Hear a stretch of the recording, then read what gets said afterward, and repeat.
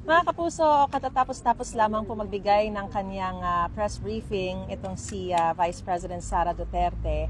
Kanina, nakausap niya ng halos 30 minuto ang kanyang ama na nasa loob ng Scriveningen Prison.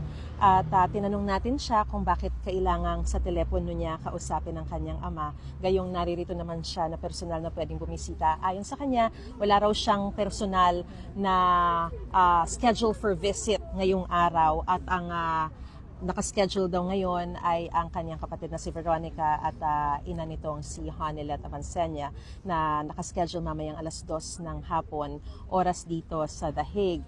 So, ang ginawa niya ay kinausap na lamang niya ang kanyang ama sa telepono at ayon sa kanya, ito na raw ang pinakamahabang conversation niya sa kanyang ama sa loob ng kanyang 46 na taon na sa kanyang buhay. At dito nag-discuss daw sila ng kung ano-ano yung mga legal na, pinag-usapan daw nila yung mga bagay gaya ng mga personal na mga tungkol sa birthdays, kung sino ba yung mga makakarating, bibisita.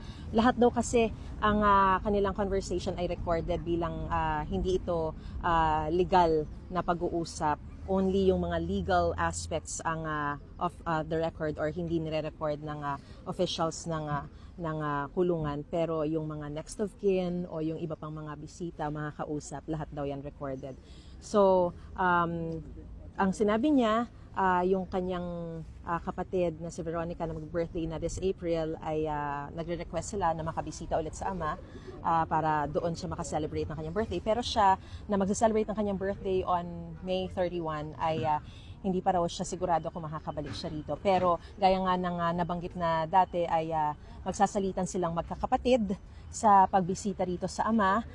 Hindi raw sila tumatanggap ng mga donasyon o hindi sila humihiling ng mga kontribusyon para sila makapunta rito sa The Hague. Yung mga expenses daw nila, KKB raw sila o kanya-kanyang bayad.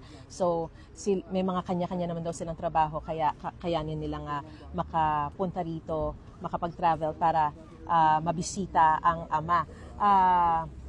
Sinabi rin niya na in English yung conversation nila sa telepono kasi recorded nga ito. So isa ito sa mga kondisyon para makausap. Ngayon sinasabi niya na pumunta raw siya dito sa detention facility para isumite yung mga dokumento na kinakailangan. So ayon sa kanyang abogado, sa abogado ng dating Pangulo na si Attorney Kaufman, ay kompleto na raw, buo na yung core defense team. Although walang Pilipino dun sa core defense team na yon dito sa